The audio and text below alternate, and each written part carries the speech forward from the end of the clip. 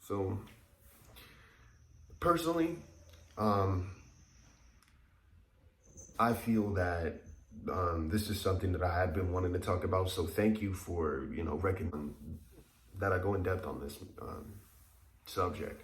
So, and that subject is talking about what happens if the spirit doesn't want to work with you, but you continue giving offerings.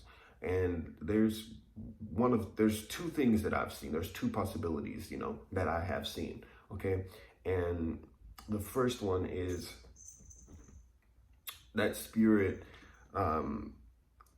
just completely fucking ignoring you, completely just ignoring you, not caring, because there's a reason why they don't want to work with you. There's a reason why they won't come to you and they won't talk to you and they won't communicate.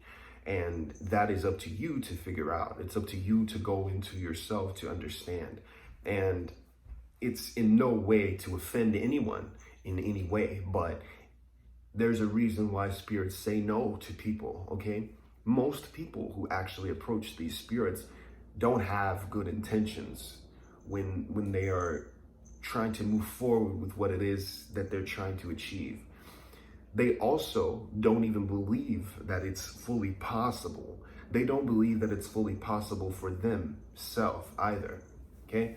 They are in a sense of desperation, which a lot of people are, there are a lot of variables to that matter.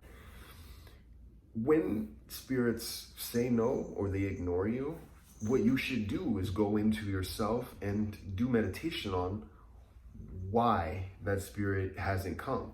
Could it be that you picked the wrong day to summon them? You picked the wrong time. If you picked the right day, you picked the wrong time to summon them. You didn't need offerings at all in the first place. You were, in fact, not in contact with the spirit from the start. There are different possibilities and reasons as to why you're not being able to work with them. And I also want to mention that these spirits that we work with are fucking gatekeepers and higher ups in the hierarchy that don't have time for bullshit. They don't really have time for our, petty wants and needs. If it's wants, you know what I mean? If it's petty, they don't really want to go in and provide for you if there's no benefit for them. So they need to feel that you're beneficial for them to work through, and then they will definitely come. I want to recommend something also. Actually trying out the meditation and just meeting them, evoking them to speak with them first. Because if you are in fact just trying to jump in blindly and you haven't met them, then that's another reason why they won't come forward, because you haven't talked to them before. You need to have encounters with them to build up on your interaction with them, okay?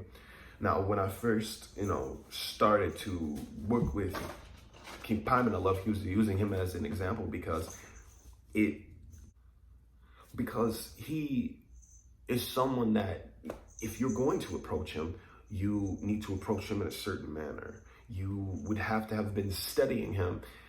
He is someone who if he calls to you, if it's a calling and you feel like you are being drawn to talk to him, you know that these are interactions and encounters with him from the start. From looking for the schedule to looking for the ritual to contact him, to trying to use his to trying to utilize, methods to speak with him. Visualization techniques, out of bodies, things of that sort. But I don't want to get too carried away in talking about him. I'm just saying, you have to build that initial contact with them first. It's going to be a lot of failure, which is something I also can talk about in this video too, is failure within pacts. There have, in the past been individuals who have come to me, made a pact, but been upset with the results that they've gotten. And that's their fault because they personally did not take into consideration that they were not going to immediately just be getting these desires met if they were not in fact putting in that work. You have to put in the work to see those results.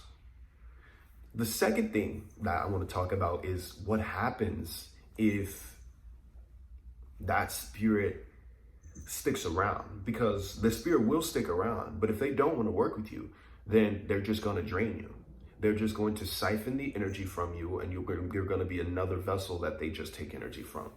There's a possibility of the fact that it's not coming forward also because it's a mimic spirit. So a mimic spirit, what it does is it will hide behind the scenes. It won't say anything to you. They won't talk to you. They won't give you any confirmation, any validation, no matter what you do.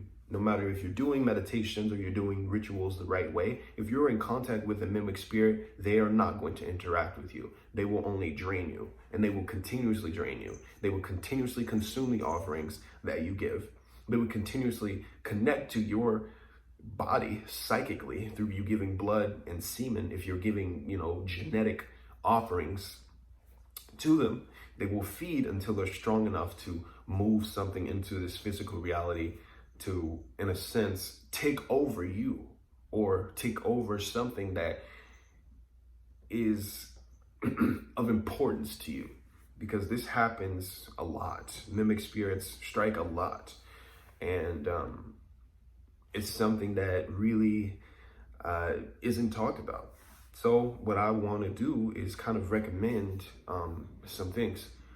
Try using a ritual circle if you haven't, because this will keep any unwanted spirits that you get the attention of when you're doing these rituals out of your, immediate energetic environment.